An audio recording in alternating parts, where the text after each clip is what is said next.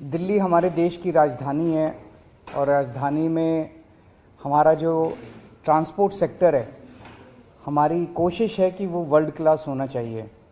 दुनिया के जो सबसे विकसित देश हैं, हमारे देश का ट्रांसपोर्ट सेक्टर, हमारे देश की राजधानी का ट्रांसपोर्ट सेक्टर उसके कंपेरेबल होना चाहिए।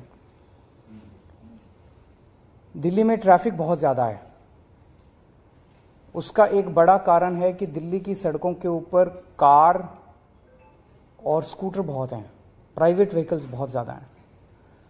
अगर हमें कार और स्कूटर पे ट्रैवल करने वाले लोगों को पब्लिक ट्रांसपोर्ट पे लेके जाना है, तो हमें पब्लिक ट्रांसपोर्ट को कंफर्टेबल, सेफ और टाइम के अकॉर्डिंग चले, ये हमें सुनिश्चित करना होगा।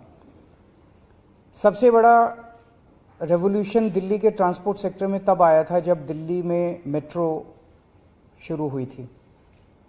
बहुत सारे ऐसे लोग जो मिडिल क्लास के लोग हैं, इवन अपर मिडिल क्लास के भी लोग हैं, उन लोगों ने अपनी अपनी गाड़ियां छोड़ के और मेट्रो से जाना शुरू किया। इससे दिल्ली की सड़कों पे काफ़ी व्हीकल्स की कमी आई थी। लेकिन धीरे धीरे over a period of time, अब मेट्रो को भी 22-23 साल हो गए, 25 साल हो गए, धीरे धीरे दिल्ली की सड़कों पे फिर से ट्रैफिक बहुत ज़्यादा बढ़ गया है।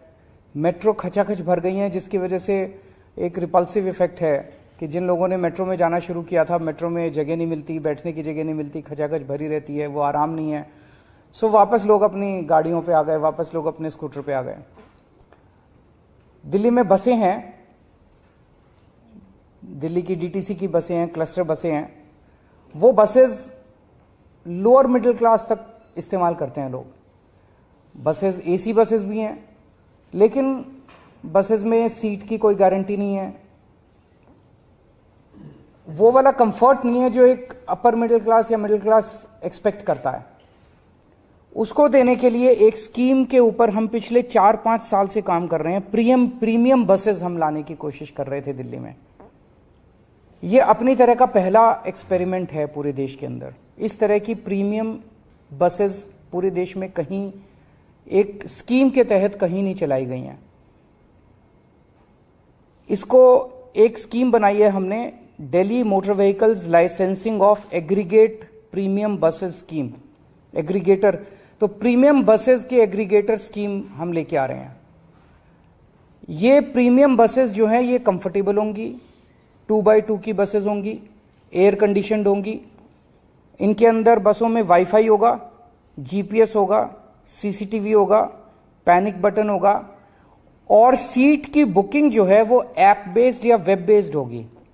कोई भी खड़ी सवारी अलाउ नहीं की जाएगी, आपको शर्तिया तौर पे सीट मिलेगी। इस किस्म की स्कीम पहली बार लाई जा रही है और इसमें हमारा मकसद पूरा का पूरा ये है, ये टारगेट किया जा रहा है मिडिल क्लास और अपर मिडिल क्लास को, जिनकी पेइंग कैपेसिटी है, जो अपने कंफर्ट के लिए पे कर सकते हैं, रोज अपनी कार लेके जाते हैं, कार का पेट्रोल खर्च करते हैं। लेकिन अगर उनको ऑप्शन मिलेगा कि एक बस है जो कि कंफर्टेबल है, तो हो सकता है, हम उम्मीद करते हैं कि बहुत सारे लोग अपनी कार छोड़ के और बसेस की तरफ शिफ्ट करेंगे। इसमें 3 साल से पुराना व्हीकल अलाउ नहीं किया जाएगा। जो बसेस लेके आएंगे वो 3 साल से पुरानी नहीं होनी चाहिए, सीएनजी होंगी। लेकिन 1 जनवरी 2024 के बाद की जो भी बस खरीदी जाएगी वो इलेक्ट्रिक व्हीकल होनी जरूरी है। इसमें जितनी बसें होंगी, बस की इसमें लाइसेंस दिया जाएगा एक एग्रीगेटर को और वो लाइसेंस फीस उसको देनी होगी। लेकिन जो इलेक्ट्रिक बसेस लेके आएगा उसकी कोई लाइसेंस फीस नहीं होगी। This is just to encourage that more and more people should come with electric buses. कोई भी बस जो है उसमें कम से कम 12 सीटें होनी चाहिए, 2x2 की कम से कम 12 हों, उससे ज़्यादा कितनी भी हो सकती हैं। एक एग्रीगेटर कम से कम 50 बसेस लाइसेंस मिलने के बाद, लाइसेंस अप्लाई करेगा, लाइसेंस मिलेगा, लाइसेंस मिलने के 90 दिन के अंदर उसको कम से कम 50 बसेस ऑपरेट और मेंटेन करनी होंगी।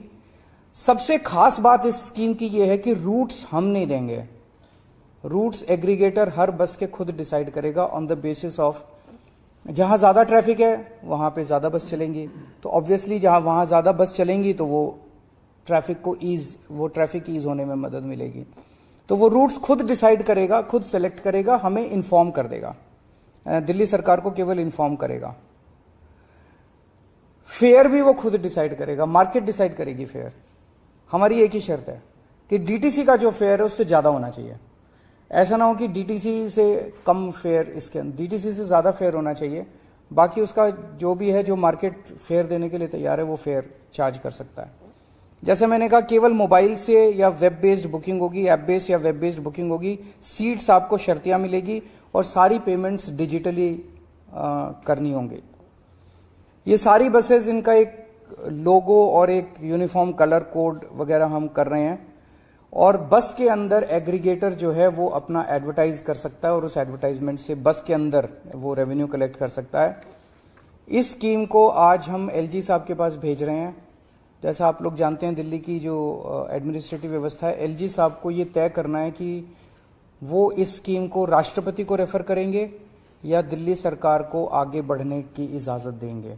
दिल्ली सरकार ने अपनी स्कीम फाइनल कर दी है, अब ये राष्ट्रपति इनके पास जाएगी, एलजी साहब के पास। एलजी साहब या तो इसको राष्ट्रपति को, अगर असहमत है तो राष्ट्रपति को रेफर करेंगे, पर मुझे उम्मीद है कि पब्लिक वेलफेयर की स्कीम है वो क्यों करेंगे। दूसरा, एलजी साहब से आने के बाद इस स्कीम को हम पब्लिक फीडबैक के लिए हम इसको 1 महीने के लिए वेबसाइट पे डालेंगे, ताकि जनता जो भी फीडबैक देना चाहे जनता फीडबैक दे, और जनता के फीडबैक के आधार पे अगर कुछ माइनर चेंजेस इसके अंदर करने हुए तो चेंजेस करके इसको जल्द से जल्द लागू किया जाएगा। मैं समझता हूं कि ये दिल्ली ने पूरे देश के ट्रांसपोर्ट सेक्टर के लिए एक मील का पत्थर साबित